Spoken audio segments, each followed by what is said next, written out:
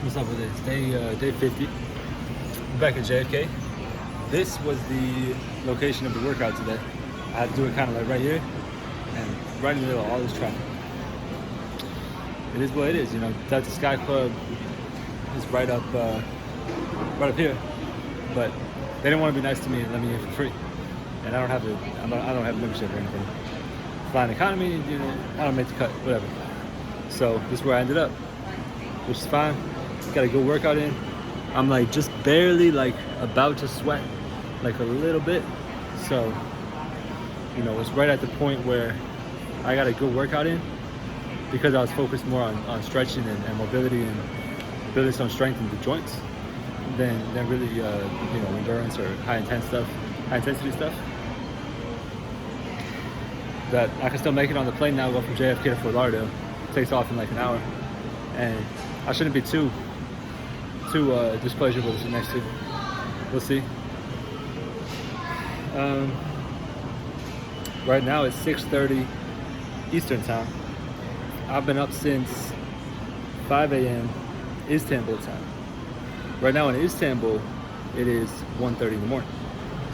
So I've been up almost 24 hours so far. Last night I slept maybe 3 hours. Maybe. Probably not. Like, dinner was great, dinner was late, and then I made that video, I did my nightly cool down, you know, trip summary, we talking about what's going on, and by that time, you know, it's 2 a.m., it's 3 a.m., whatever it is, and I gotta get up at 5. Fortunately, I slept on the first flight, you know, most of the flight. It's been very interesting, right? So, obviously I didn't work out yet. This is my first workout of the day at 6:30. But I finished all my water, I finished all my meals, I finished, I'm gonna keep eating more, but like I reached my minimum of my meal plan, and I read enough, I read over 10 pages, I read like 30 or 40 today, and what's left is I'm gonna land in Fort Lauderdale a little before 11, should be home 11:30, 11:45. If I finish my outdoor workout by 1 a.m., have my cool down, my shower and stuff, I'll probably be in bed by 2, and then back up again at 5:30 or 6. Really want to do 5:30, and you know that's gonna work, right? But it's been very interesting at these different airports. Like, I get to Istanbul airport, and I'm walking up, I'm just doing my thing. I like take a video. I'm like, this airport's nice. They say, oh, you need a mask to get in. All right, no problem. So I put the mask on, walk in. You know, I didn't need a mask then, so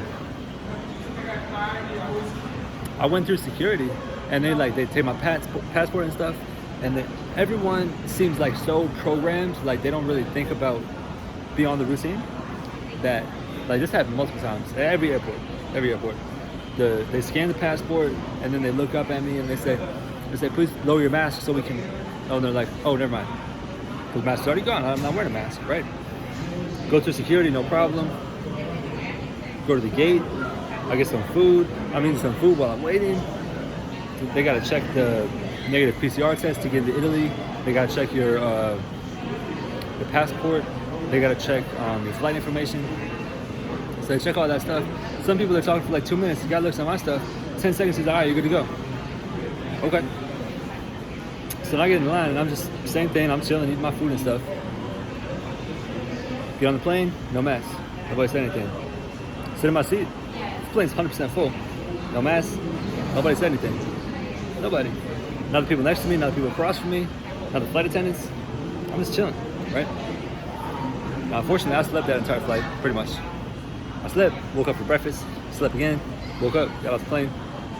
Then we're in Italy, and the way they route Italy, which it's like most international flights, you know, they did the same thing at JFK, where you get off the plane and before you go to a connection, you got to go through customs, right? Well, I bypassed that again because I'm not checking the bag, so there's no reason for me to go through customs and then come back out. Would have been great to get Italy passport stamp, but you know, whatever. I'd rather get to the gate, you know, early and get some food and read and talk and whatever. And especially the first time, because I was doing a workout at Milan airport, which I didn't want to do today because it's either I gotta do one here or do one there. So I did one here at JFK. So I go through Milan, and you know, Milan, I'm on the phone, I'm on FaceTime, So I keep my AirPods in as I'm going through security. Keep the shoes on. No mask again. No problem. The only thing they said, did they say put a mask on?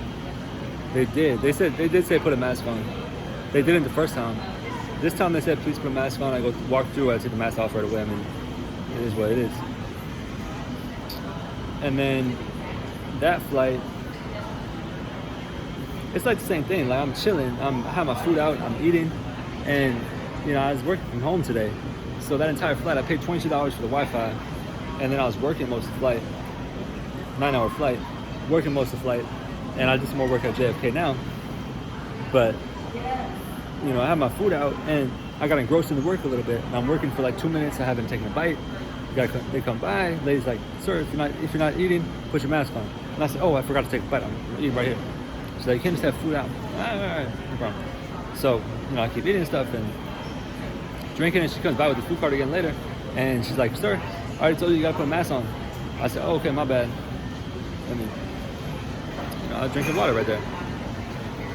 Then this guy comes by, same group of people, same flight attendant stuff. He comes by and he says, "So you need to have a mask on if you're not eating." And I look at my food and I was like, "Oh, my bad, I forgot to take a bite." I was focused on the work.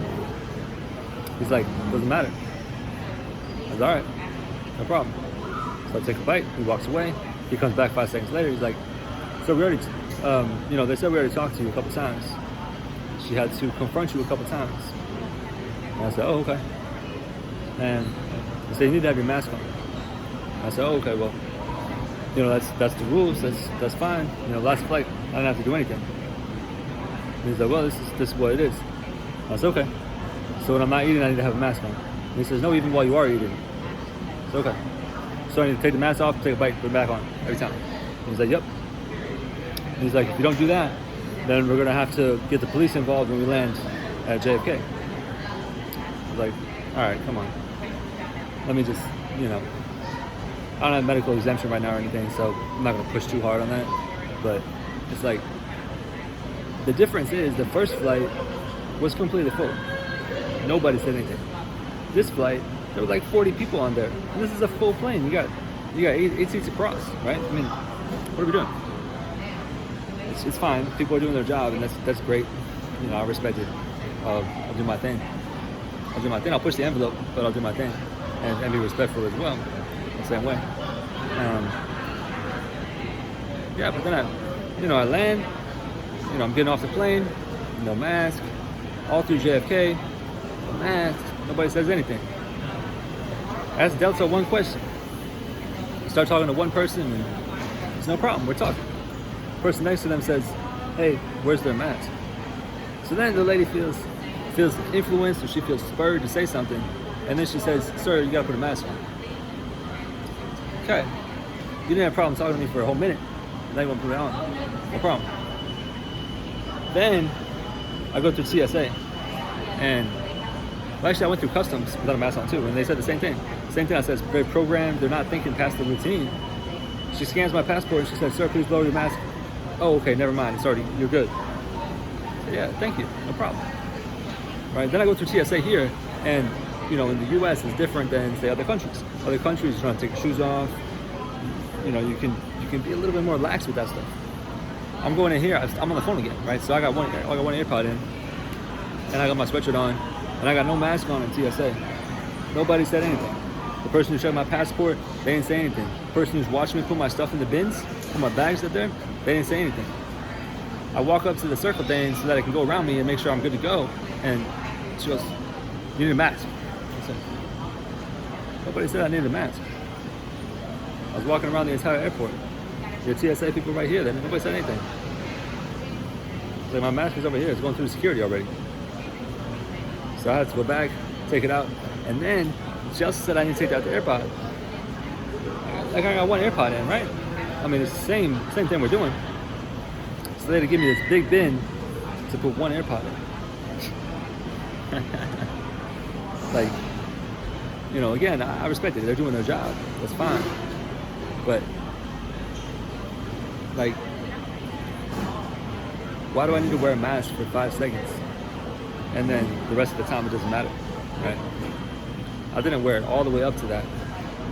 The only place I did wear it was in that circular thing where they're checking me. I walk out, I take it off, that's it, that's the end. Like, really? And that's a choice to make. You know, I'm not gonna sit there and say I'm not gonna wear it and then get searched for an hour. 'Cause I know that happens to people. It's like, you know, where do you draw the line, I guess? But it's just, some people gotta think about it a little bit. Why are we doing the things we're doing? Right? Wearing it for 5 seconds, but everywhere else I'm not. And that's a problem? I mean, really? Alright, bottom line, I got a flight to catch in like 45 minutes. They're probably gonna start boarding anytime. So that means I should get over there and make sure I can get my bag on there. Because this is how I travel to Turkey. I got my big duffel bag here, and I got this one here. One's like 40 pounds, the other one's like 30 pounds at least. Usually you're not supposed to take this stuff on a plane, like for carry-on bags. Usually they're gonna check it, they're gonna weigh it, they're gonna do whatever. That happened to me when I went to London. When I went to London, they charged me $100 for this bag. I said, really? I said, I got fragile stuff in there, I can't check it, I gotta take it on the plane. They said, no. All right, $100, no problem. You know, whatever. It's like, it's the little things, right? And that's the thing with this whole program too. Like, it was not comfortable working out where you got all these eyes on you. Everybody's walking past right here. Everybody's over here. Like, it wasn't a comfortable workout, right? Because I didn't want my back to people when I'm doing squats and lunges and whatnot. So I'm looking out. That means I made eye contact with people. I had people looking at me. I had people be like, what is this guy doing right here? I got a job to do. That's what it is. Personal commitment. I thought about it. I did my diligence on it, did my research on it. I know exactly what I'm doing this for. It's to refine my mind, to get it to a level that it's never been before, and then to maintain it. And so far, we're on the way.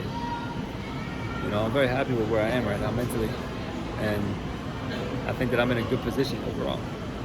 So we're gonna keep moving. I'm gonna land, like I said, for Lauderdale before 11. Should be starting my workout by 12, done by 1. And I'm gonna have to run on 3 hours of sleep. Adjusted to this time zone, I feel like I'm not that tired right now. Not like I was on the last flight. But, you know, we're ready to go. We're ready to go. It's attack mode all the time. That's what it's gotta be. It's day 50. It's 2/3 of the way. And, you know, it's only gonna get better from here. Better every day. God bless.